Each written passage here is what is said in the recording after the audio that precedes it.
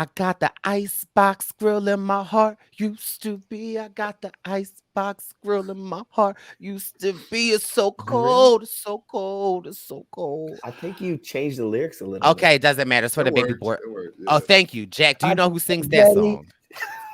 song? Amorion. Oh, Oh, Wait, was that right? yes. yes. Oh, I just guessed. That was Wow. supposed to be a joke.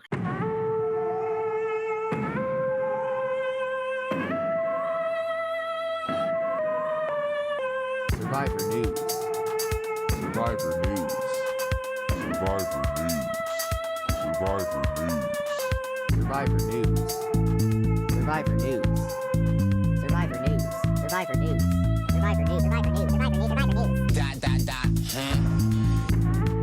And we are back this week with your Survivor News, recapping season 42, episode 12. We are met with the wonderful, the amazing, the extremely tall Jack Atkins of season 2 of The Circle. You may remember him as Emily. What it do, baby boy?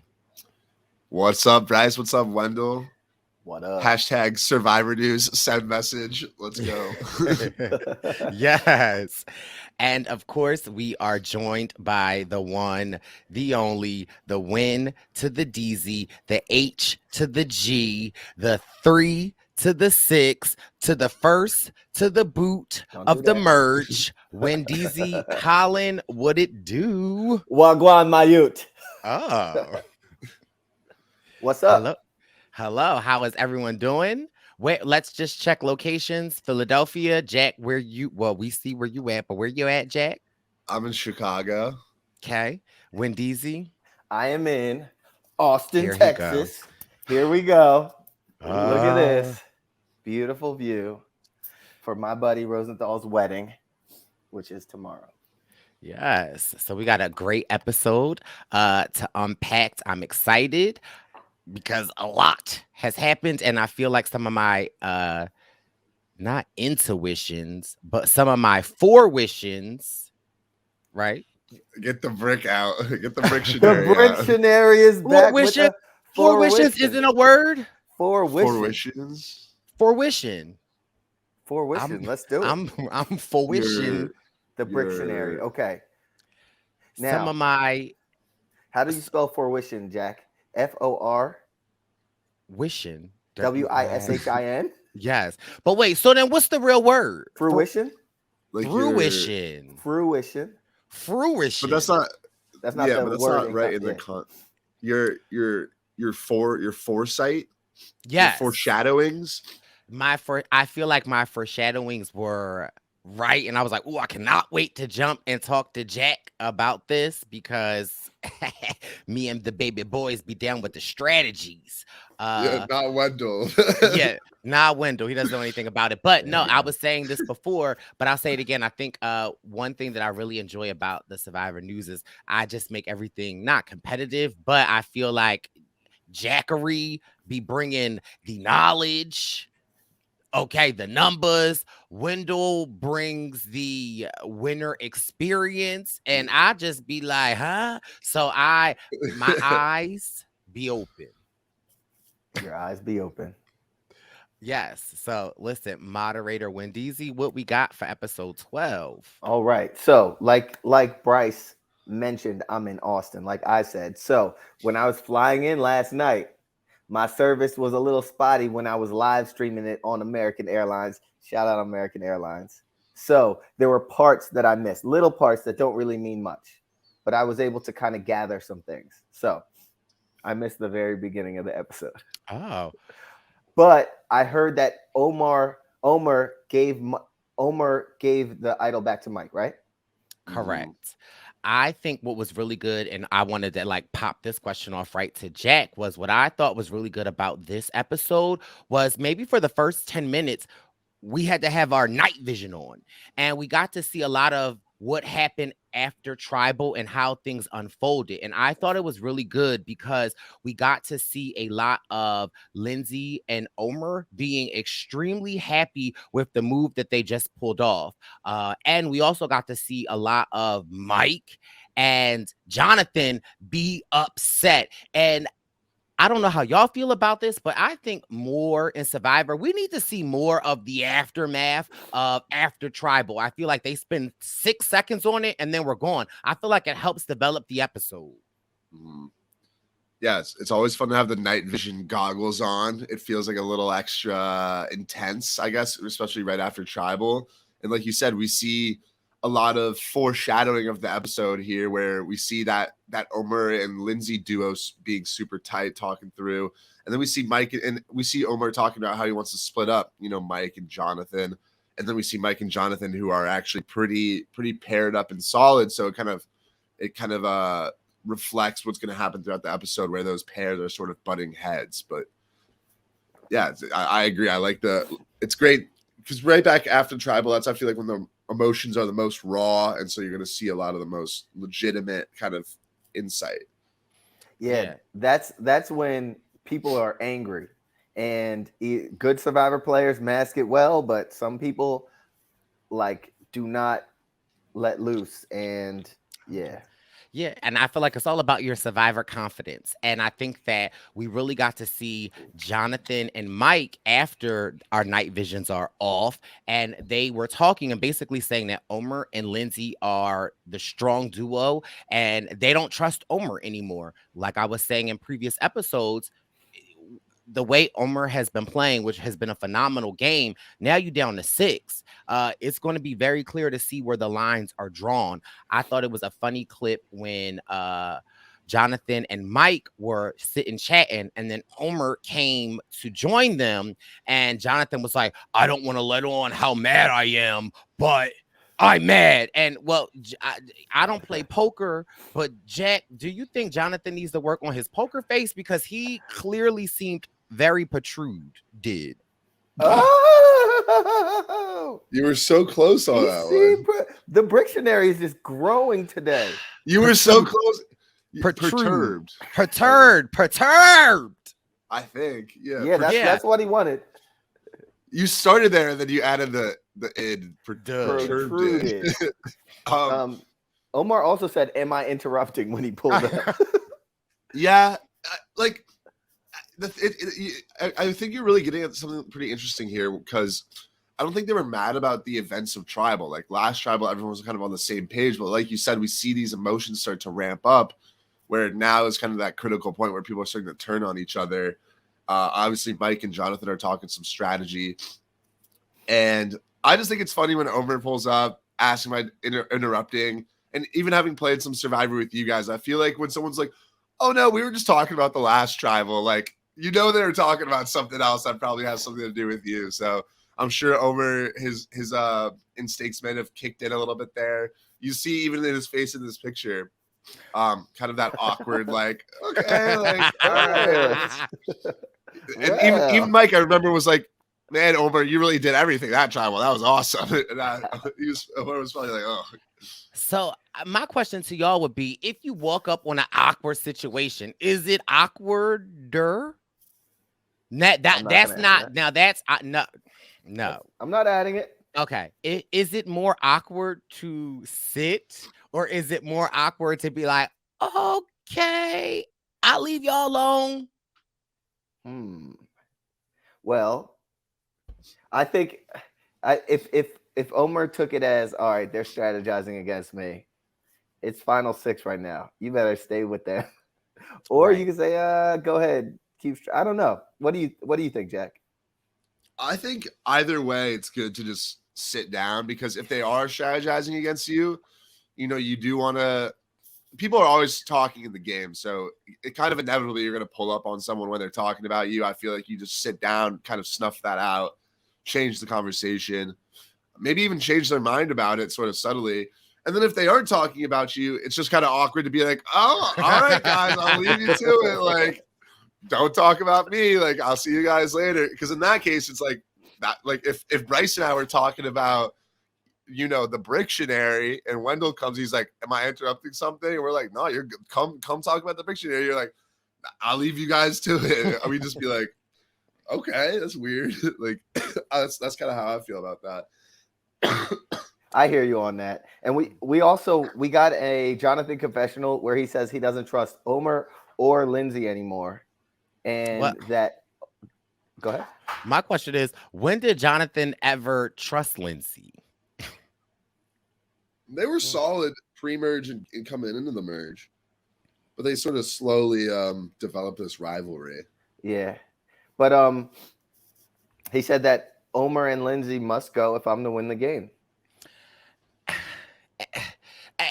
And he's right with that. I'm not mad at that. I think that I saw a lot on Twitter where people were like, Jonathan's tapped in. He knows what's going on. And I just wanted to be like, well, I mean, when there's 6 people left, I think it's, easy to know where the tide is going. But Bryce, he could have extended that list a lot further.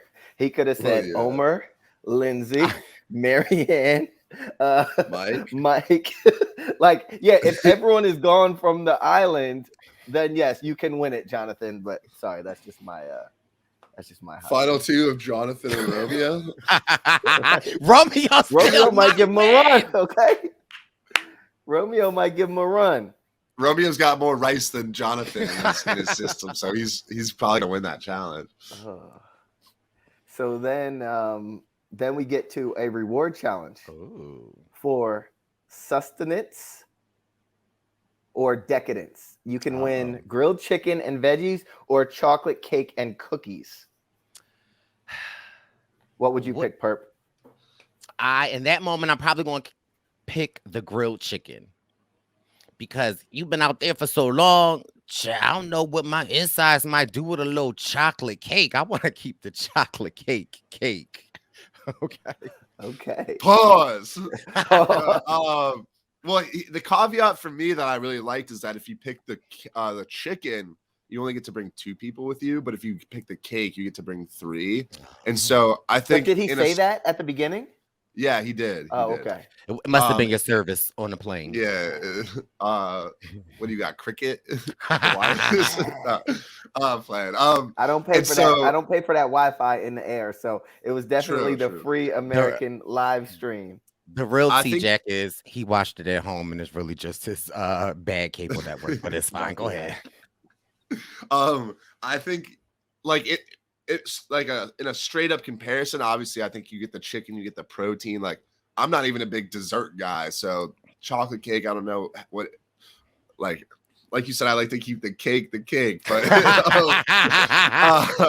but I do agree with Omar where if you could take an extra person, especially when there's 6 people, you were able to bring the majority of people and leave 2 people that are kind of butting heads, then you don't have to worry about leaving a group behind that might start some sort of insurgency against you. A coup, yeah. So I think Omar kind of forewent the better food option and just kind of did it strategically, which was smart. Right. So do we need to talk about this challenge at all, or just? I mean, the challenge was cute.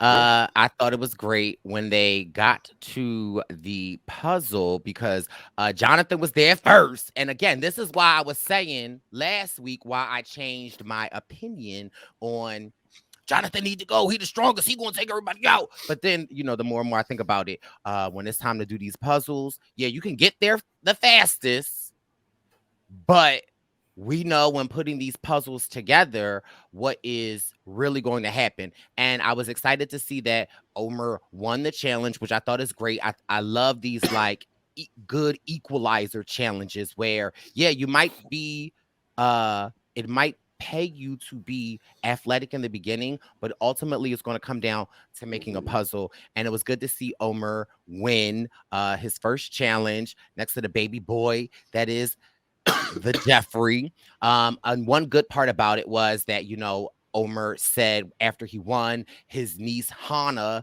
is 8 years old and she doesn't like to experience or do new things. And I love the fact that Jeff took this moment and just be like, you're 8 years old. You could do anything you want. And of course, like just seeing win a challenge, you should be proud of your uncle. And that's like really to anyone out there. Don't be scared to do new things. You will surprise yourself. I just wanted to call out a couple of funny moments from the challenge. Yes, like that were really the highlights. First, you just reminded me with Omar mentioning his niece Hannah. it was so funny to me when Jeff, he was like looking at Omar, he's like, Sohana, or any other one who's young back home. Like, Wow. casting's open. We want you. Like, so it was just classic Jeff looking at the camera. And then I thought one of the funniest little moments of the season was when Marianne tried to unspin herself. Yes. Like, I was like, she was laughing at. I love everything about Marianne because she like laughs at herself during this unspooling. She was laughing at herself, tripping. I think she almost ran into like a cameraman at one point because the camera got real close to her. That was. But you saw before she did the balance beam, she tried to reverse spin. You know who did that? Christian Hubicki did that back in the day. Back in the day. Not back in the day. But I don't think that works. Does it? I don't think that works. But yeah, and then at the end, I also thought it was funny when Omar finished the puzzle and Mike was like, "Oh, Omar, great job, man. I'm proud of you." He was like, "I was just about to get it." Mike's puzzle had like 5 pieces. It was like, bro, he was right there. Yeah.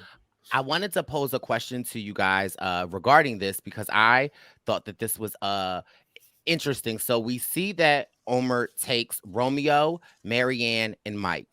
And being as though Omar has been the talk of the town thus far with Mike and with Jonathan, do you think this win kind of exacerbated his target being like, well, look at him being the mastermind, and when it comes to it, he could win a challenge?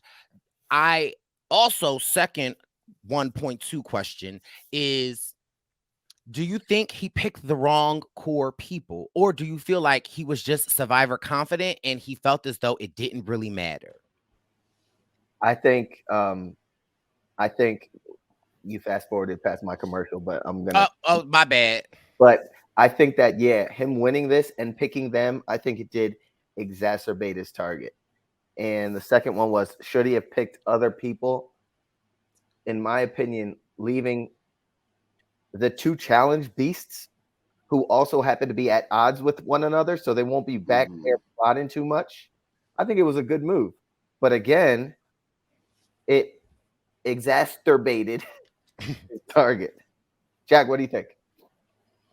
You know, I agree completely. I think, like you said, Omar's shown he has some ability to win these challenges. It's not a surprise necessarily, but you know, once he actually gets the or not the necklace around his neck, but gets the reward in the win, in the hug with Jeff, I mean, that definitely puts more of a target. And then, like Wendell said, you leave behind Lindsay and Jonathan, big challenge beasts who you don't want to fuel going down the line.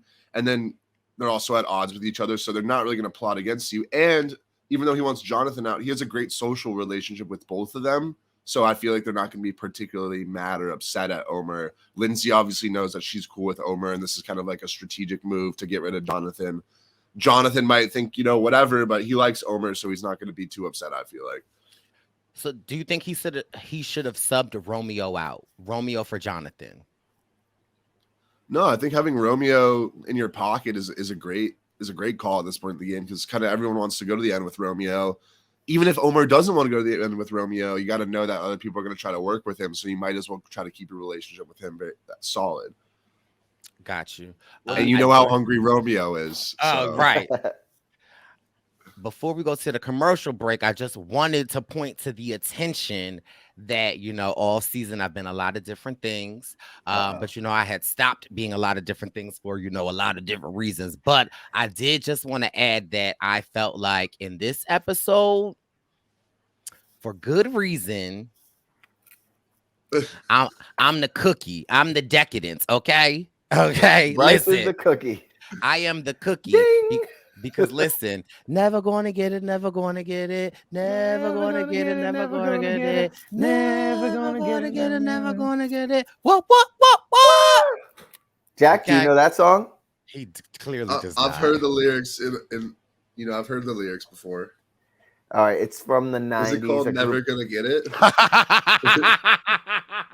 It's a group called In Vogue, Never Gonna Get It. In Vogue, but yeah, because listen, Jonathan ain't never gonna get this good. Yeah, who knows? Bryce, I don't know, man. What if you see him in real life, man? I don't know. I He mean, might be able to swoon you. I mean, listen, I would have to see the decadence.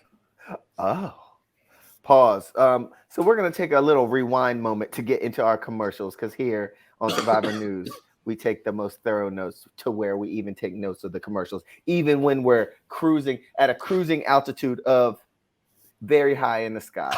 I was still able to take notes on the first commercial that I saw was Michelle, Ty, and Beast Mode Cowboy. Did you guys see that commercial? We did. Our cable was working. Yes. Don't do that. The second one was a consumer cellular commercial, then an Allstate commercial. Not your cell phone company. I could have used some consumer cellular because apparently, like, they have a map that is as, covered as far as coverage as the competitors, and I guess you pay less for it. So Wait, they have a map that covers the coverage of your competitors. So you know how like AT&T might put a map up that says like, oh, all of this is 5G. Mm-hmm. And then they might show like, say Verizon and have like a map that's bare. Oh. So in regards to consumer cellular, their map is as covered regarding coverage as like an AT&T. And where is Cricket Wireless? What's their coverage? That's what I'm saying. I don't have Cricket, bro. I have Verizon, but they just act up on me sometimes, I guess. So then we have an Allstate commercial. Oh, was it Allstate? We're at your hands. No, it was what's his name? The new guy, the guy that looks like Drake or somebody. Oh, and they seen him at the basketball game. You see that meme of him, and he was like, "Say it." Okay. Yeah, that guy.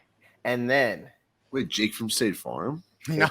Yeah. Yes. Wait. Yeah. But that's Jake. not Allstate. Well, no. Well, yeah, No, because there's a new Jake from State Farm that kind of looks and he's like black. Drake. Yeah, that's who I'm talking about. Then maybe Jackson I'm to me. wrong. Yeah. Right. So, okay. No, Bryce, you got me confused.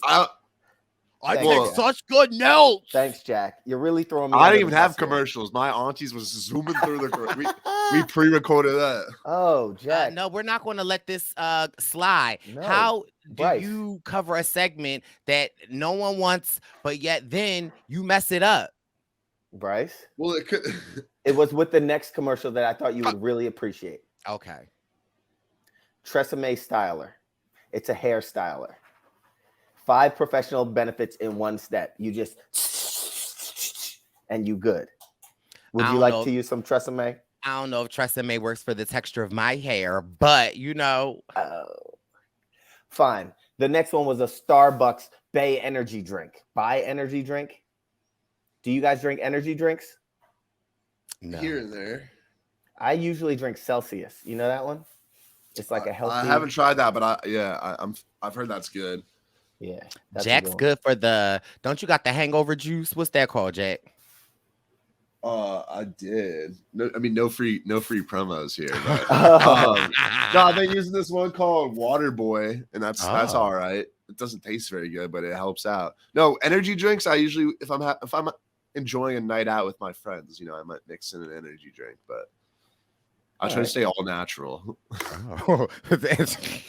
All right. Well, our last commercial is for Bryce and Wen presents the finale featuring Miss Lauren Ashley Beck. It's going down on Wednesday, a week from, I guess, it's coming up. Whenever this pod comes out, it's the following Wednesday. Make sure if you're in the LA area, you come hang out with us. And you see the list is a very long list of special guests. Bryce, who we got coming for us? We've got Ozzy, we've got Adam Klein, we've got Ricard, we've got Nyanka, we got Natalie Cole, we got Ali from Cali, we got Brad, my ex-boyfriend Brad from Ghost Island, we've got Max Dawson. His name's Bradley. Listen, I call him Brad. We got Jack's partner in crime, Courtney from The Circle. We got the Shooby coming. We have some challenge people coming. We have Ayana. Who else is coming from the challenge, Wendy Z? Latarian will be there. He is hilarious. He's one of my favorite people to watch on All Stars. And there were a couple other challengers that they said they're going to come, but we'll see. If they come, it's going to be a special. It's going to be a special. Cece from Millennials versus Gen X. We got Sugar. We've got So Kim. We've got Cole Matters, a former Zaddy. We've got the winners of Amazing Race, My Baby Boys, Will and James James. and Will. We got the winner of Amazing Race, Laura. We've got Annalise from Big Brother. We got people from Love Island. I mean, listen, and I don't know. Davey just was calling me this morning talking about, I'm trying to come, bro. I'm trying to come. I said, well, come. He said, okay. Where's Davey? Where Davey's coming. is Davey? Wonderful. All right, so that concludes this first segment of commercials, and we're back to, I guess we already kind of covered them being back once they won the reward, and they're back and they're chopping it up, and they leave Jonathan and Lindsay. Yes. How much rice is Jonathan eating there? More than Romeo. That looks like avocado toast. Oh. Doesn't it? I don't know. I actually never had avocado toast. Well, Jonathan says that Omar will try to get them comfortable and blindside Mike. And Lindsay says, I don't have a confirmation on that, but that sounds like it could be their plan. Yeah, I felt like this is when my girl Lindsay started dropping the ball. And again, I feel like Survivor confident. I feel like her and O right now, after the Drea move, she didn't play the idol. They just feeling really confident. And I feel like, to Jonathan's credit, he did have a read of the post where I don't feel like Lindsay gave him anything.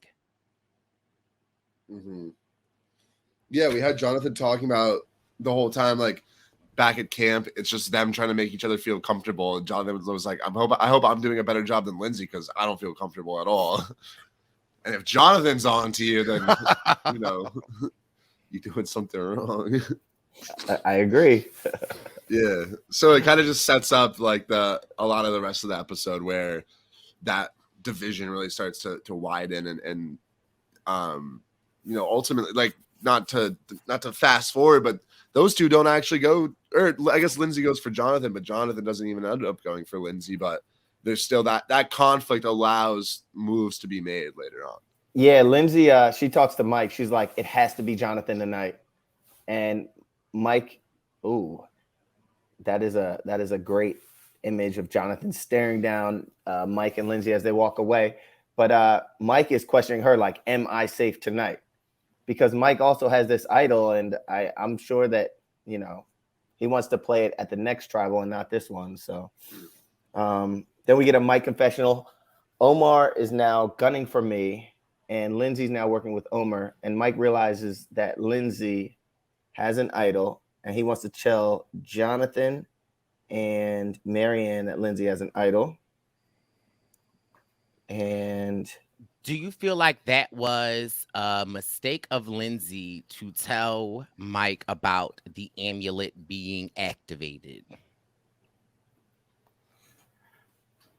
I mean, dude, when there are 6 players left, it's very easy for word to spread and things to change. And we're now seeing, like, if we fast forward to this tribal council, we're seeing like a Marianne who kept her secret tight until she absolutely had to make this big power move on Omar tonight. It pays dividends. Whereas, I don't know, once you start sharing your info, the power of it, I guess, diminishes. People can use that against you. Yeah. And I feel like, I guess it was kind of sorted to make Mike feel comfortable in regards to the move. But again, I just wonder, was it a great plan? Because when she tells that to Mike then goes back to Jonathan and gets Jonathan extremely, I say he gets Jonathan extremely paranoid, but I think Mike was just extremely paranoid because he's like, she's got an idol and she's got the amulet idol. She can be, she's going to use it for O. And then it creates this narrative that it's like she's going to protect O. And if she protects O, then we start to think, well, then how they choose to vote will kind of be affected. Yeah, I'm torn on it because it's the last time she could play it. So her telling people about it can be kind of a good negotiation tool. And also, I think what she could have done that she didn't, maybe she will, is say, oh, it expires at final 6, like it's the amulet. So people might be like, oh yeah, like like okay, that's true. And then if she's able to save it, she can go to final 5 and be like, haha, I was just kidding. It's actually ends at 5. So I guess you guys can't vote for me again, and kind of use it as a bluff. And then even like in terms of she has that sort of looming threat of the idol. And so for people that want to go for Omar, now they're scared that she might play it for Omar. So that diverts their plans. Now we see that it doesn't divert things enough, but it has that sort of looming threat. And then also, I guess the flip side of that is if she doesn't tell anybody, people might put all of their votes on Omar, and she can kind of come with a surprise and say, okay, like she doesn't allow them to change their plans, and she's able to play it. And my question is do y'all think it's luck? Do y'all think it's the survivor gods? Or do you think it's just like, I don't even want to say the person pulling it out, pause. But Jonathan says to Mike, the only person we can't let win tonight is Lindsay. And I feel like go back in the survivor history of the histories. Whenever they say that, it's like, the person going to win. What do you think it is? Jackery? I don't know. I mean, this episode, you're right. It does happen like that a lot. But this episode, there's so many names being thrown out that obviously I think like the editors could kind of throw that line out there just to make the challenge a little bit more spicy. Because, right, like in the challenge, the two people at the end were Lindsay and Jonathan. And we could just as easily have had Lindsay be like we saw Lindsay being like, we got to get Jonathan. Jonathan can't win. And then if Jonathan wins, it's going to be like, oh, like, that's crazy. Like he was the one who couldn't win. So I feel like there's always, I don't know. Like you said, it might be the survivor gods. It might be gut instinct where you might be in danger and you go extra hard in the challenge. Pause. But yeah. Wendell, what do you think as someone who's pulled out some clutch challenge wins? What did I do? Yes. What you did pulled out some clutch challenge? You pulled out some challenge wins. Did you feel like you were in danger when you won? Yeah. I mean, well, when you're getting down to it, I had like on Ghost Island, we could speak about that because Winners at War, I didn't really pull out too many clutch challenge wins. But if I didn't win or if Dom didn't win, there was going to be a huge target on us. But fortunately, we both had idols as backup plans. So I was trying my hardest to win every time. And there were times where like I saw a few votes for me, but fortunately, I also had the numbers. So when you have like a few backup plans, that really helps. In this case, Lindsay is one of the 2 challenge beasts out there, and Jonathan is her like main competition when it comes to these kinds of challenges. So she was like, it's almost like win or go home. She's like, I have to step up today. Agreed. Do you feel like when you just mentioned you and Dom, y'all seem to be running the game, and for all intensive purposes on this episode, the way the editors are editing it, make it seem that it is Omar and Lindsay running the game. Do you feel like, how would you come? Like, do you feel like you and Dom had a better read on the tribe at this point than a Omar and Lindsay, or do you feel like it's comparable? I think we had a pretty solid read on the tribe. And I think we did, as far as gameplay, I think we stood out a bit. In this case, you have some other threats that are like, whoa, if they make certain moves, that person can legitimately win this game. So, and granted, I think when we were going into like final 5 or something, like Laurel could have made certain moves on us to really secure a win, or Jonathan even maybe. Depending on what they did, if they could find a way to get both of us out there. But we are so protected and so aligned with her that it might have been difficult. But I guess in this case, those 2 are playing great games. But like, as we've been seeing, Marianne is sitting waiting to snipe somebody. Yeah. So, but do you think and again, this just do you think the fact of Marianne learning about the amulet, do you think that like changed her mind to go harder at Omar, or do you think that it was just more like solidifying the fact that like we have to break this pair up? I think a little bit of both. It's like I haven't been in the know about this info, and Omar is playing this great game, and my path to victory is getting him out of there.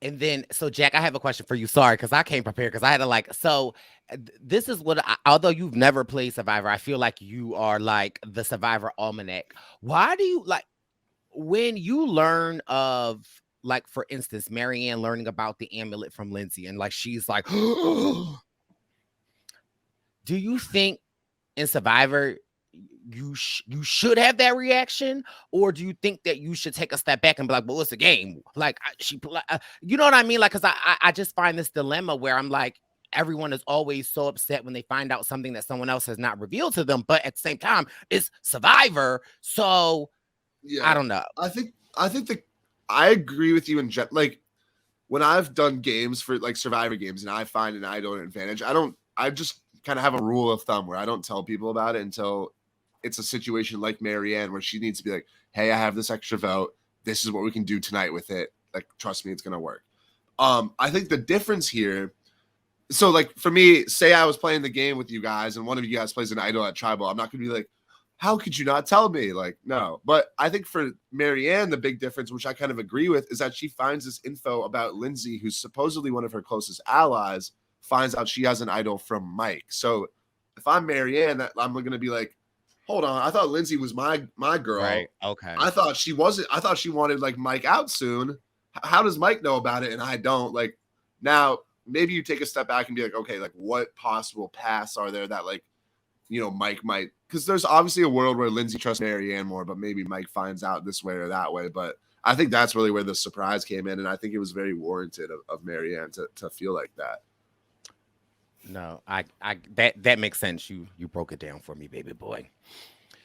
So where are we now? I think we are at the challenge. We're getting to the challenge. Yes. Let's see. This is one of those challenges where you have to, you know, do a lot of stuff. You got to like jump over those. There are some where you just stand there and balance a ball, and then there are some that I actually really like where you have to jump over something, build some kind of a bridge, pull up some things, build staircases. Talk to me, Perp. What you got? I'm just good at the challenges where you have to stand there and balance some balls. Are you? Oh, where's my whistle? I brought this to Austin for you for this very moment. Pause. So in this case, they have to jump over those what look like tables, go across this bridge with the puzzle steps that they have to run back, grab a few of them, and start building this puzzle staircase, and then maneuver a ball. Bryce. They have to maneuver a ball up some kind of a, I'm not going to say a shaft, but something.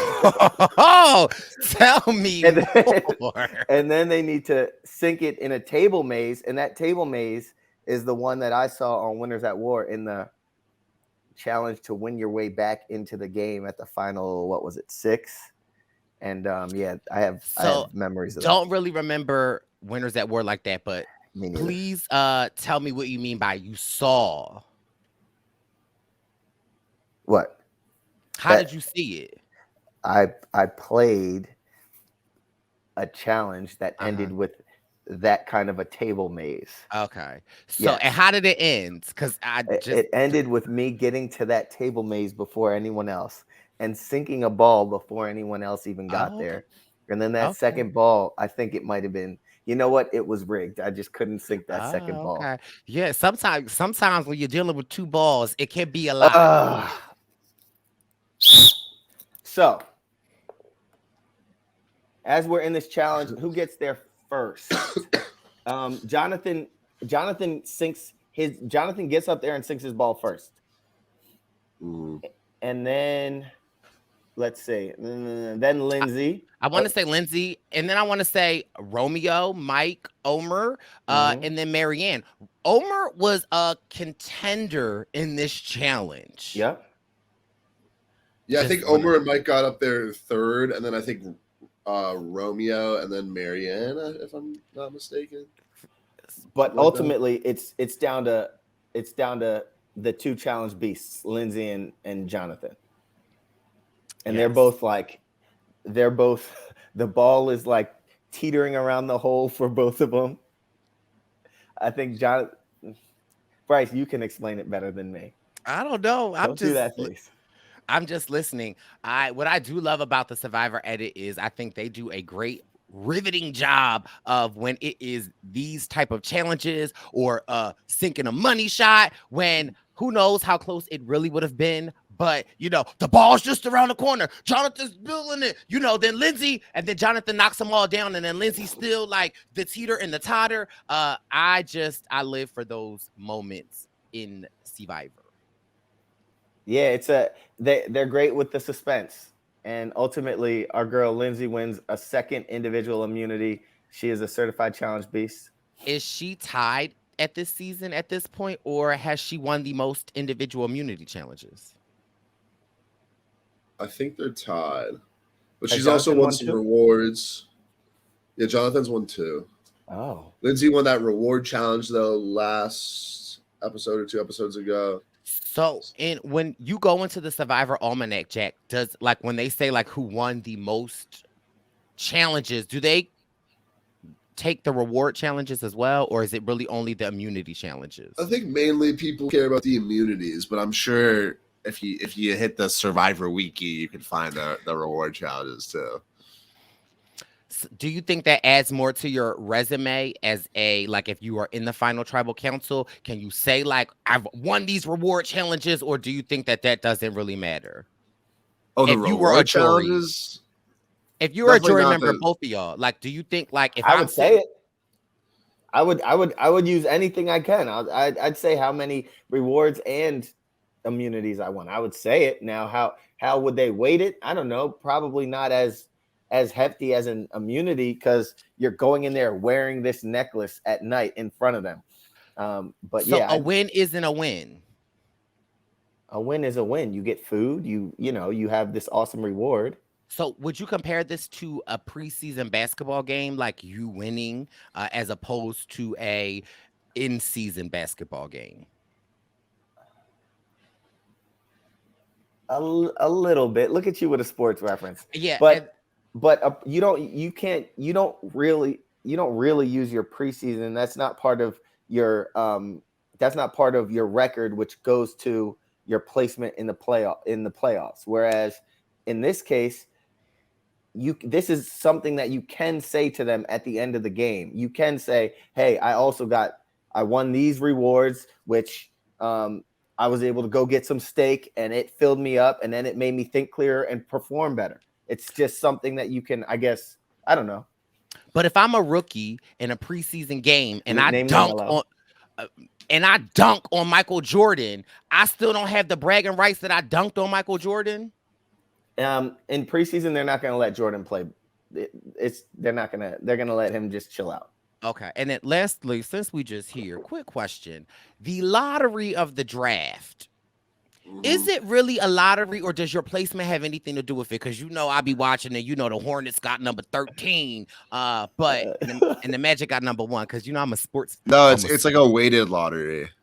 So does it have anything to do with your performance in the season? Yeah, it does. It has everything. So like for the NFL, the worst team gets the number 1 pick. The number 1 pick. So for the NBA lottery, the worst team gets the highest chance at the number 1 pick, and then the second worst team gets the next highest chance at the number 1 pick.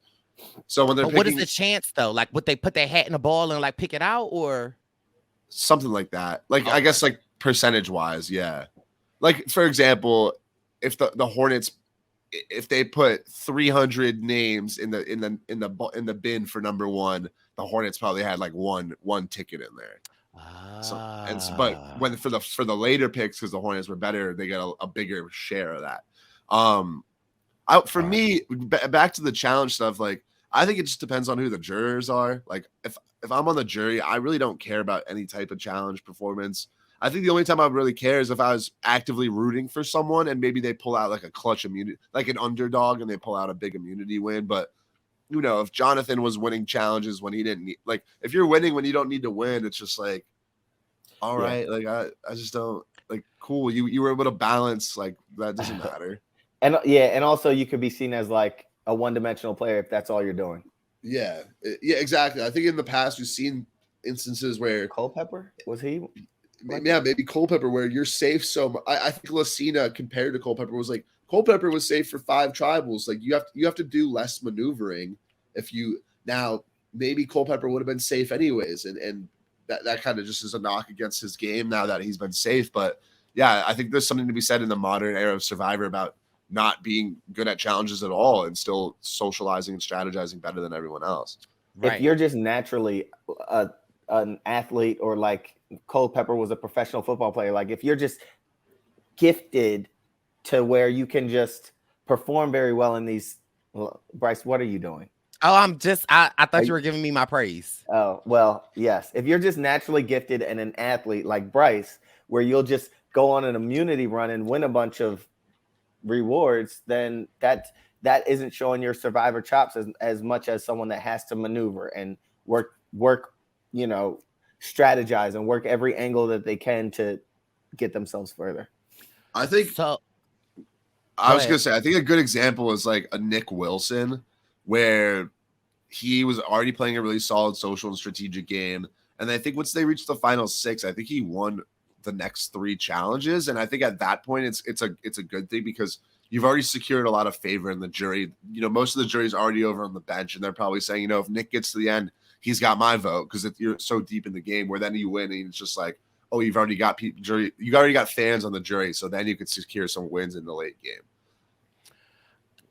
Another Survivor question. After Lindsay wins, and it's dead set in Mike's mind that Lindsay is going to play the idol for Omar, and Mike and Jonathan come up with a plan to get rid of Romeo just to play it safe.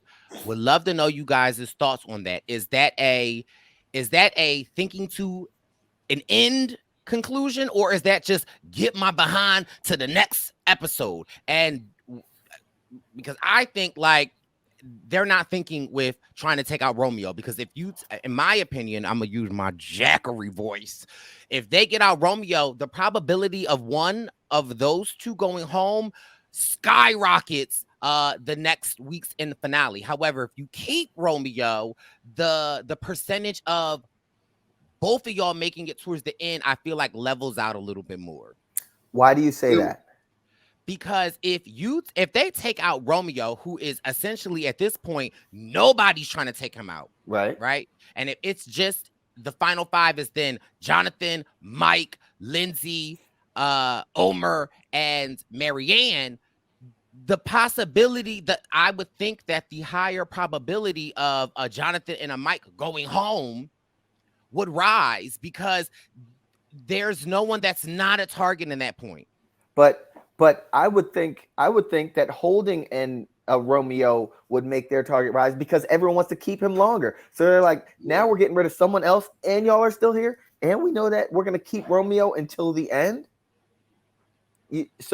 I agree. Like I agree with Wendell. I think the Romeo thing is so interesting because everyone else I feel like has a legitimate case, and so, or at least in their mind, I think they have a legitimate case, and so. I just dropped my earbud. For them, it's like, yeah, you want, like, Romeo's such an appealing person to beat to the end because, like, everyone beats them. But if you feel like you have a legitimate case against other people, then it kind of makes sense to take out a Romeo, because, like, for Omar, who I think at this point is the biggest threat, I actually think it's sensible for him to maybe jump on board with taking out Romeo, because if you're Omar and you can be realistic and say, I probably beat anyone that's still in, then you might as well take out the weakest person that everyone wants to keep around. But like, the line's kind of blurry, because I feel like at this point, for a Jonathan and for a Mike and for a Marianne and a Lindsay, they don't know necessarily if they're going to beat those other people. And so I guess from a survival standpoint, it's good. Well, I guess, yeah, if Jonathan thinks he will, then you might as well take out Romeo, because you still feel good about your situation in the game. Okay. See, yeah, I had the opposite effect, but I appreciate that perspective because I don't think that I would have looked at it like that. I would have thought that it would have made their risk factor higher. There was a season where someone looked at, and I'm not going to call Romeo a goat, but someone looked at players that seem like goats, and this is as the numbers are dwindling, and they wanted to actively get those I think players that was out. I think that was Millennials versus Gen X. Yeah, because I if you think when they get those got players out, they're Sunday. stealing a legitimate player spot at the end. I think that was when Sunday went home in Millennials versus Gen X. But also, like, Mike has an idol. So if Romeo goes home, he could play his idol at 5. And then I feel like getting to 4 is huge because, you know, you might not be guaranteed to get to the final 3, but you, at the worst case, you get a chance to make fire. So you have multiple cracks at it at Final Four. It's like you can either win, you can either be taken, and then finally you can make fire. And so Marianne comes up with her, I don't want to say scheme, but dare I say brilliant move to use her extra vote. And she has to then convince Mike and Jonathan to go along with her. And I was about to give Mike and Jonathan the smoke, like, why y'all not hearing her? However, after hearing you guys break this situation down, it actually gives maybe Mike and Jonathan in my book a little bit more of an excuse leeway. I mean, leeway to be dug in the grounds over a Romeo. And then I feel like this is just a podcast where Bryce got the questions. If in your reasoning, what you're saying that it makes sense to get rid of Romeo, so would you not take the shot at O? Oh no, I would for them. If Lindsay's amulet is not a factor, I think they should 100% be on board to go for Omar. And I feel like they would have from what I picked up from. I just think they were concerned about Lindsay playing her idol for Omar. And then at that point, it's probably a Jonathan that goes home. And so I can see why they're a little bit worried. But so, yeah, it's concerning because Marianne really wants to make this play. She feels good that, you know, Omar's not going to play his idol for Lindsay. But as far as we know about Marianne, like, if he does play the idol, you're not at risk. So you might as well push this agenda. So I can see why Jonathan and Mike wanted to play a little bit safer. But I do really think that Marianne, like throughout Marianne's whole execution of this plan, I always thought she was right on the nose with how she was doing it. And so I think a Jonathan and a Mike had good reason to jump on board with this plan. I think they acted within I think they made a smart move. It's like a smart, safe move. So they were able to protect themselves in the event that the amulet was played. And so, you know, and that's that. Like, yeah, they would love to get an Omar out because he's running circles around the competition. But at this moment, to protect ourselves in the event that Lindsay does something funny, we're going to put R2 on Romeo. Yeah, they effectively were able to split the vote as like a contingency. And so while they were arguing about the move a little bit in between themselves, it does seem like they worked out that, you know, if you want to vote for Romeo, that's fine because now it's just a split vote. And should Omar play his idol for Lindsay, or I'm sorry, should Lindsay play her idol for Omar, then now it's also kind of good for Marianne because then she could pick who she actually wants to vote out on the revote. Does she want to vote out Romeo or does she want to vote out Jonathan? Right. And right before Tribal, we get this awesome commercial. It is for State Farm. Caller click to get a quote today. Then you have a Hellman's mayonnaise commercial where you can turn nothing into something. Bryce, do you like mayonnaise? I do, but I also was that. Jack, are you a mayonnaise guy or a Miracle Whip? Bryce, you got the Wendell Holland airplane service right now, I think. Well, Jack, he was asking you if you like mayonnaise. I think he also mentioned Miracle Whip. I don't think I've had Miracle Whip. I don't mind mayonnaise. I'm not spooning it out of the tub, but you know, on a nice roast beef sandwich, throw a little mayonnaise on there. I'm not mad at it. Maybe a Chipotle mayo. Definitely a big Chipotle mayo guy. How about you, Wendell? I'll throw mayonnaise even on my breakfast sandwich. I'll do like a bacon, egg, and cheese. Whoa. Ketchup, mayo, hot sauce, salt, pepper. Have you tried that trio, the ketchup mayo hot sauce? I can't say that I have. I could taste it though. Yeah, it's banging. taste it. On a everything bagel, scooped out, toasted and buttered. I haven't done that in a while, but like That sounds good. I mean, it's like, you know, the most unhealthy breakfast sandwich you could do. But yeah, that's my breakfast sandwich order. But I do like mayonnaise. Then you get a Slotomania slot app. And that's basically, I think, a gambling app. I'm not a gambler. Are you a gambler, Jackery? I like to play poker, but I don't like to I don't like to gamble in the pure sense of like playing slots. Okay. So that's not for me. Perp, you a gambler? I like to gamble and love. Oh, don't do that, Perp. Be careful now, okay? Then we get a Bounty, the quicker picker upper commercial. Oh yeah. And then finally, we get a Bryce and Wen, the finale commercial, where our boy, the one and only Gangsta Gurry, will be there giving out free 5-minute spiritual readings. Tell us about it, Perp. Whoa. Yes, if you listen to the Purple Pants podcast, then you know once a month we do the Purple Pants Premonitions, where he gives us our spiritual forecast through tarot card readings and Reiki. And so Gangsta Gurry is going to be in LA, and he said, well, listen, why not? Do I not pull up for the posse? So make sure you get there early to the Bryce and Wynn present the LA 42 finale and show our baby boy Gangsta Gurry some love. Yes, yes. And then we get to Tribal. We have a shot of Drea. We got to mention Drea in the jury looking lovely. Am I right? Yes. And also shout out to Chanel, because Chanel was looking nice and fierce this Tribal as well. True. Mike says something to the tune of the rain matches the intensity of the players, because I guess they've been getting rained on at these Tribals. Rain on me. No more rains. We had like 45 rain songs a couple videos ago, and we got yelled at. You take this pain from me. We get. Sorry. Go ahead. I thought you were going to sing in the background while I was talking. Romeo says the dynamic is changing. People are thinking final three as opposed to who to vote out next. Omar says, I disagree. People been thinking long-term the whole time, indicative of people sitting over there. I started thinking he was kind of doing some jury management a little bit when he was saying something like that, because he kind of alluded to the jury. Yeah. Lynn said something to the tune of, I feel confident tonight.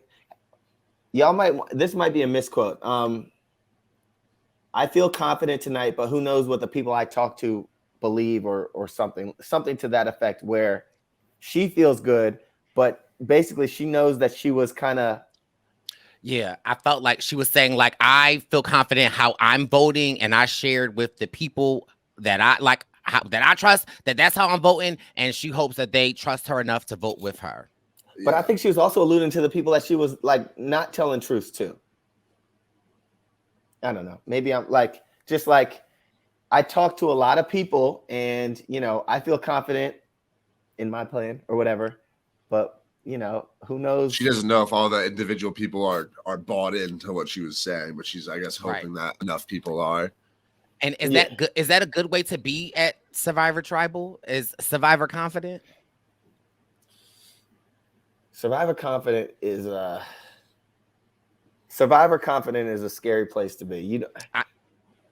Yeah. Dare I say you should never be Survivor confident. Yeah. And you should rarely communicate your Survivor confidence.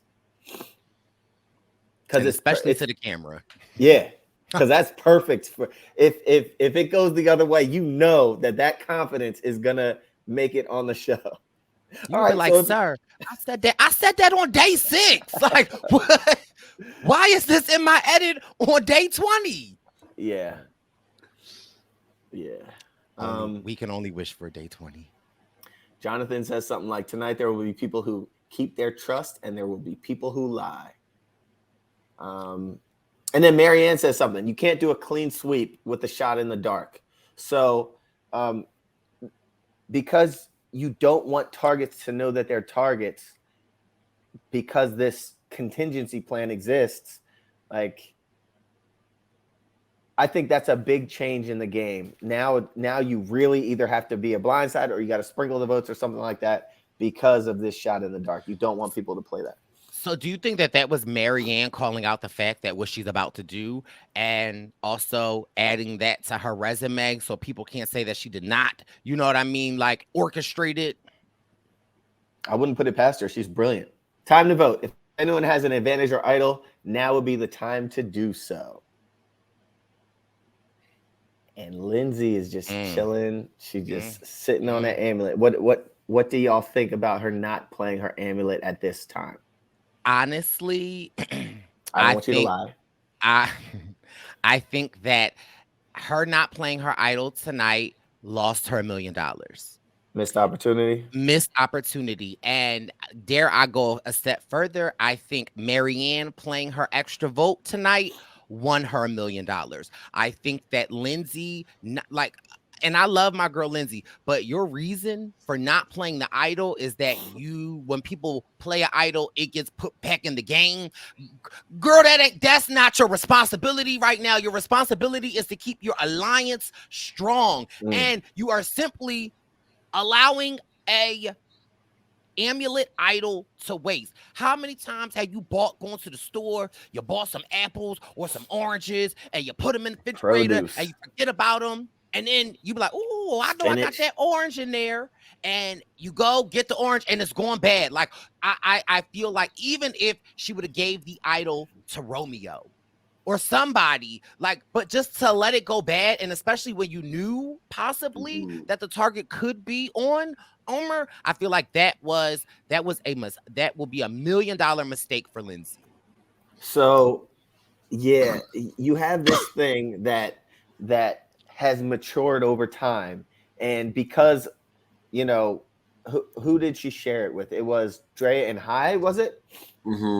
This thing that has been growing in power the whole season, and now is your opportunity to do something in front of the jury. Do something. And especially in front of Drea and High. Right. So I agree. I think it was a missed opportunity, but I do understand her saying, like, look, I don't want something to go back in, but now's the time. How does that make Drea feel when, obviously she went out because she was a target, but one of the reasons she was a target because she had the amulet. So my behind went home and you going to let it sit in your pocket? If I'm sitting on the jury, that's a reason for me not to vote for you for $1 million. Yeah, I definitely have a few thoughts on it. I think the biggest issue I have is her logic of not playing it just because she's worried it's gonna get rehidden. And it's like an advantage. It's an amulet. It's a special thing. They're not gonna rehide that. Know that Mike has an idol. Like, they're not gonna put that many idols out in the game at Final 5.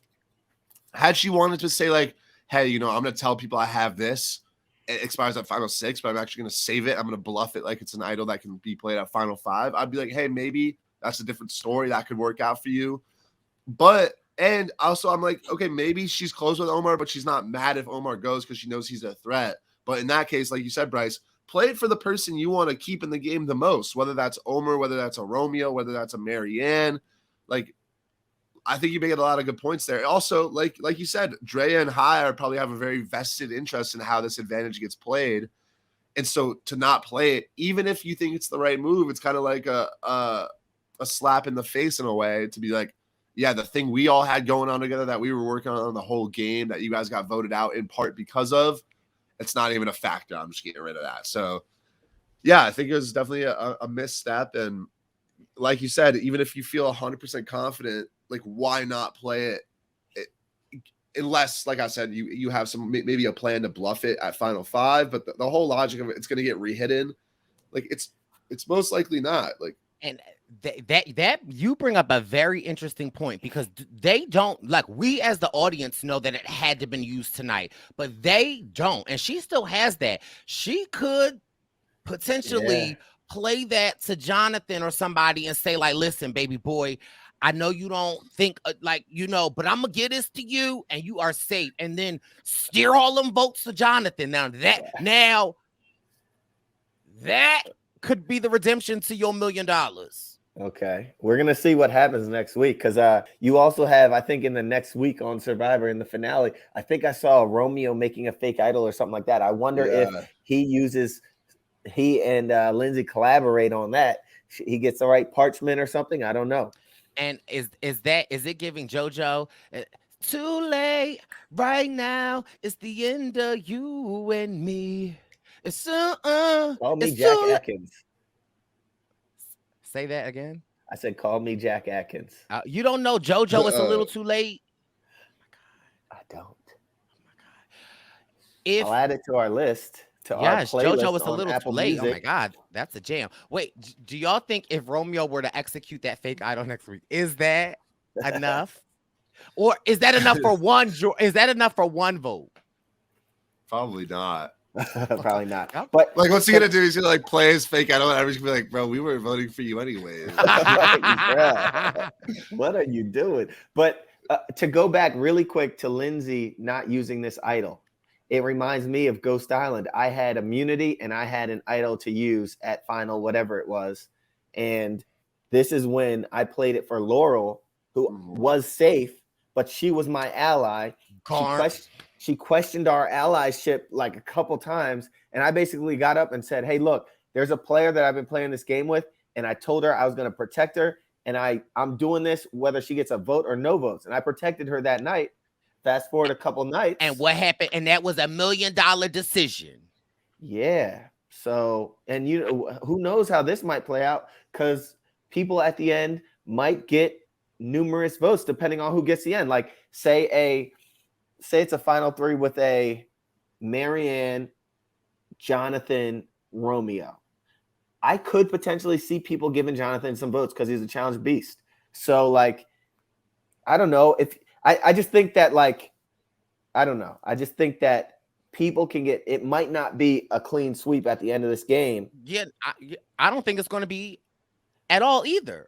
Yeah. And like, even like if say Lindsay played it for Romeo, just like, look, I'm protecting you, bro, whatever. And he saw 2 votes. He saw his name written down twice. Knowing, if she protected him there and they sat at the end with a Marianne and say Lindsay and Marianne tie and Romeo's the tie-breaking vote, who's he going to give the win to?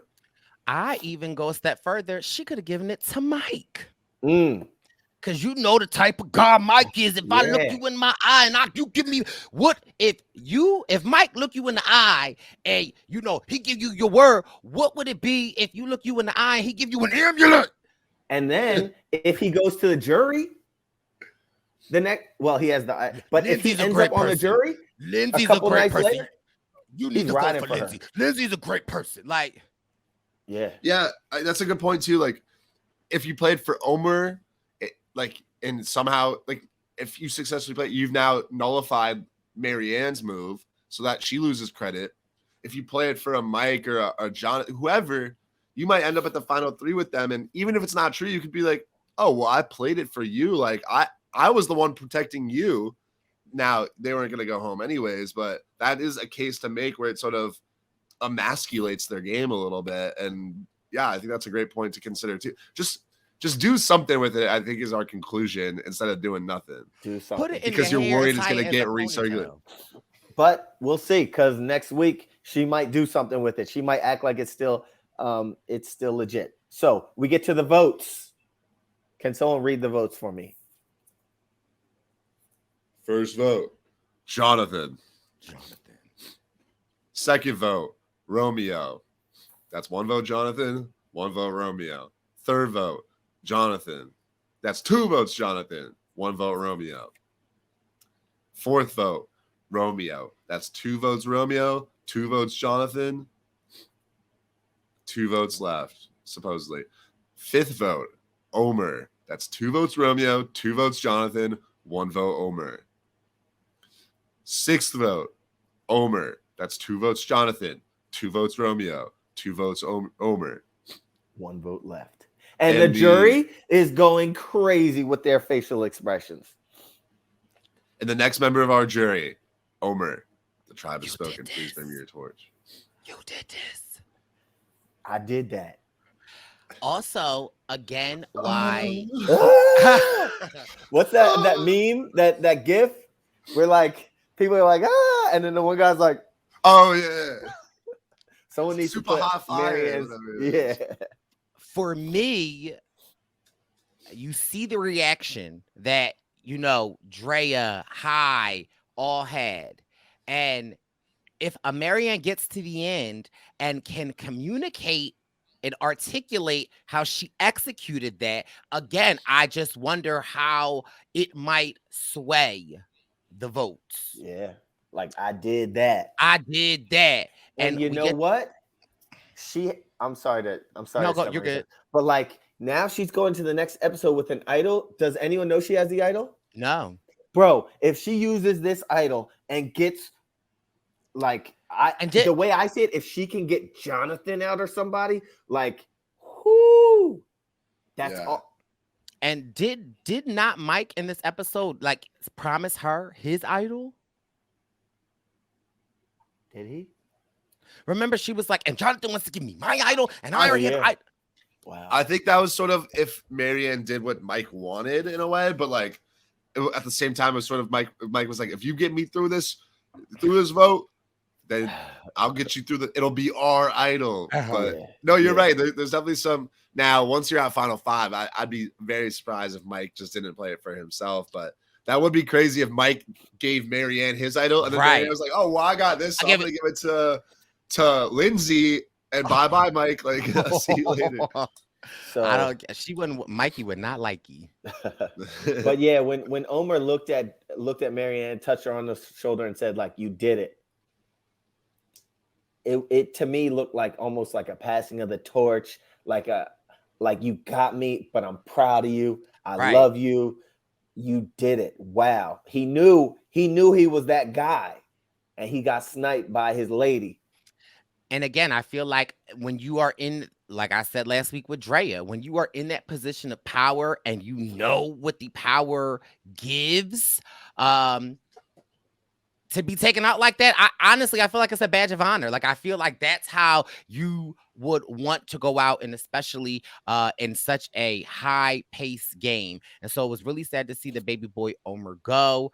He took to his Facebook and the Twitters and the Instagram to say, all good things must come to an end. I've been a super fan of Survivor since I was 9 years old, season 1, and to be able to play is the ultimate dream come true. Thank you so much to Jesse Tannenbaum for finding me, believing in me, and everyone, family, friends, cast, crew, Fiji, Bryce. I just added myself. But for making the best experience of my life, I had an amazing time transforming from a pigeon to an owl and being able to represent Indians, Muslims, and veterinarians on a platform as amazing as Survivor. Thank you for sharing my story. I just thought that was just a class act. And again, representation matters, for Omar to be a living legend playing an awesome game, phenomenal game, and to be, to represent all of the communities that he represents. I just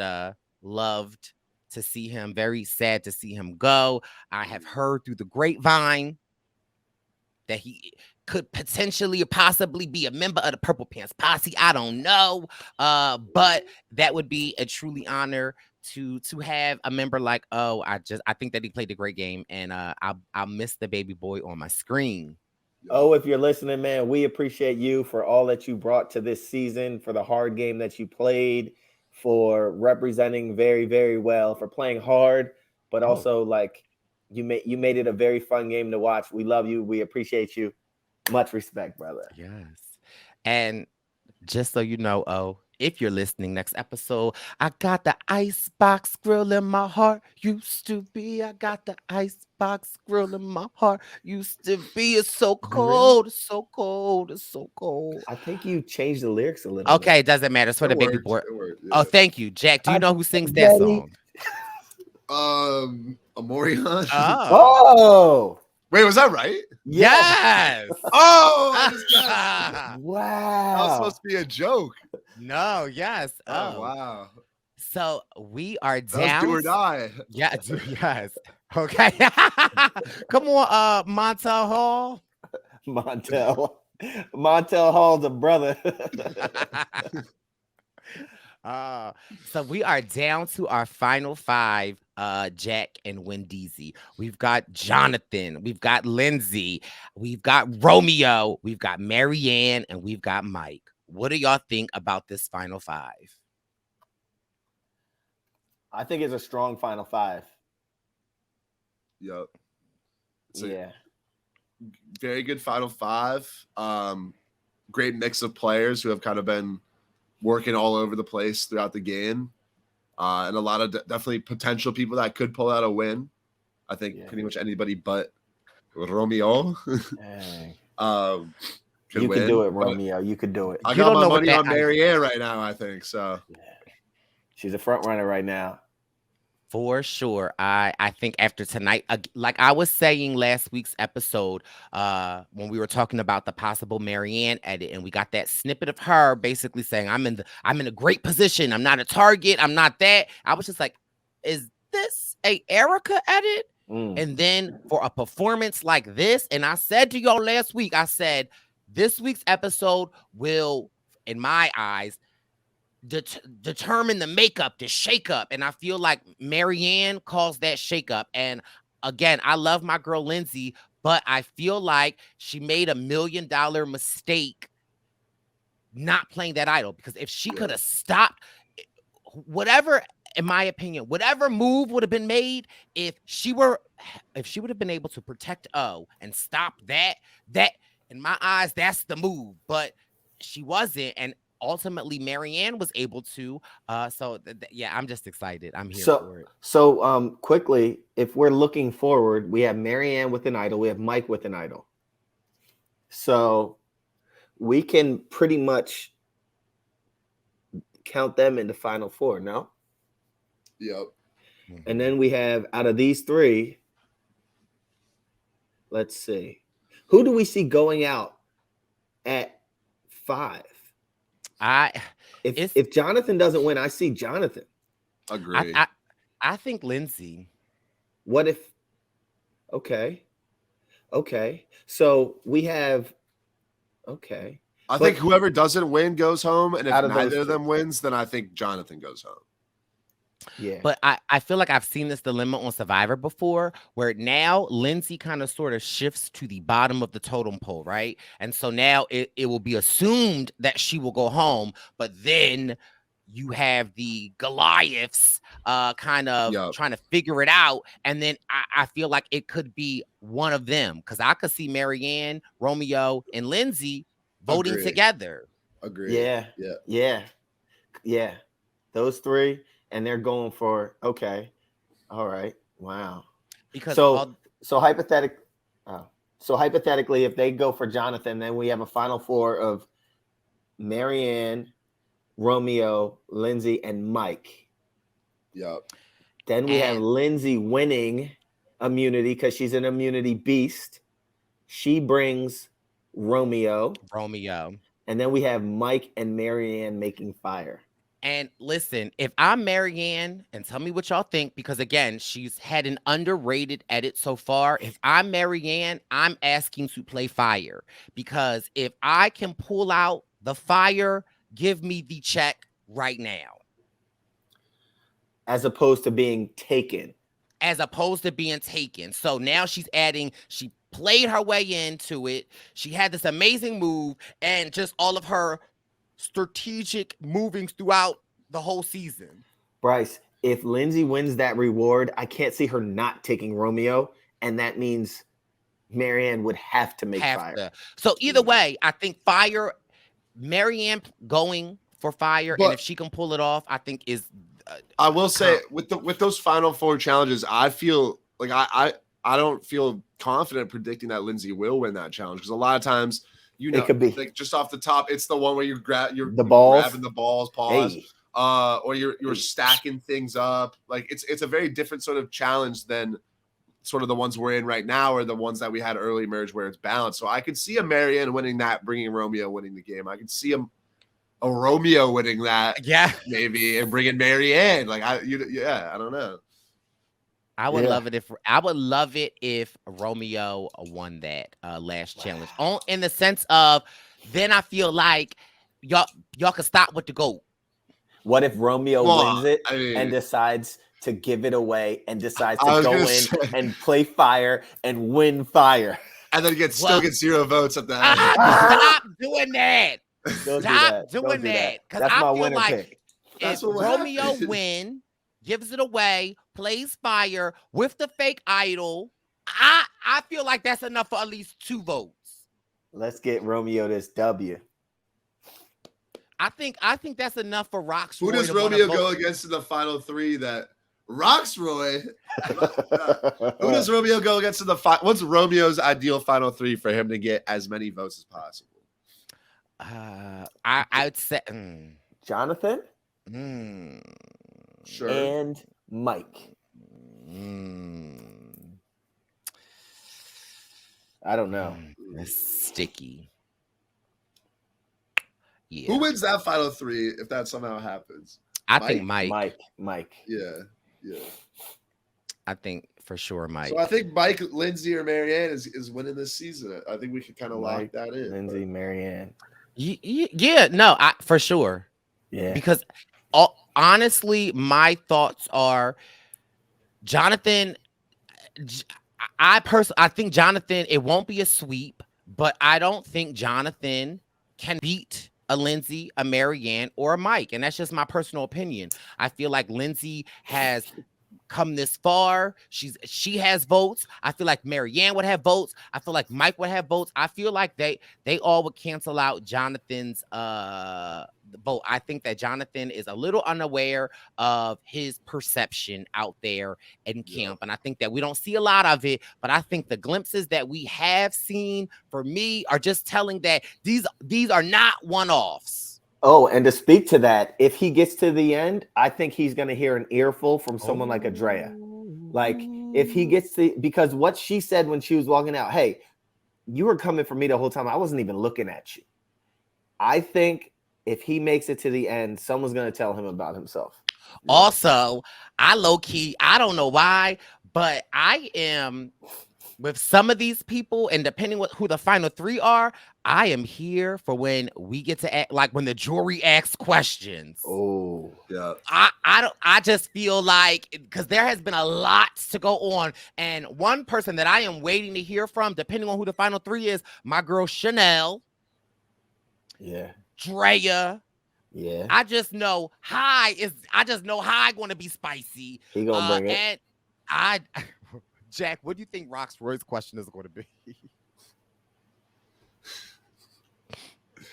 I like it. How much time did you spend working on the shelter? And on that note, Perp. I will ask real quick. Did you guys see the cast leak for season 43? It's out there. I don't know if you guys are taking a look. I don't know if the posse's interested in taking a look. I think as a Philadelphian, I think I saw some Philly area people in the mix, which is always exciting. Yes, me personally, I don't like spoilers, so no, I have not seen it. I've heard the rumblings, but I like to be surprised when they reveal the cast list for my Issa look. So yes, I have seen it. I'm like, when is he gonna tell the truth? All right, Bryce. So yeah, that's gonna be a fun Issa look when they officially announce. Yes. I am excited. This is a great episode. Listen, we got one more down to go. So it is going to be an exciting ride. Another season of the Survivor News. And you never know. Last year we did some post recap deep dives. Oh, I like how y'all say yup and oh. Y'all did a yo. Who should we deep dive? Oh, on myself. I don't know. Maybe our our friends over there in the YouTube can write in the comments and let us know who would you like Jackson. us to go after. Yes, that would be a great one. But again, it's been so much fun. I'm so excited to see what happens next week. And you know, your baby boys will be in LA for the finale. So it's going down, basement. And this has been your Survivor News. It's the Purple Pants, it's the Purple Pants, it's the Purple Pants podcast. You better get your headphones and listen up quick. Ooh. It's the Purple Pants podcast. You better listen in public, might make your stomach hurt. Ooh. It's the Purple Pants podcast. You're trying to unwind, you better get that box wine. It's the Purple Pants podcast. You're trying to get your snack, you better hurry right back though. It's the Purple Pants, it's the Purple Pants.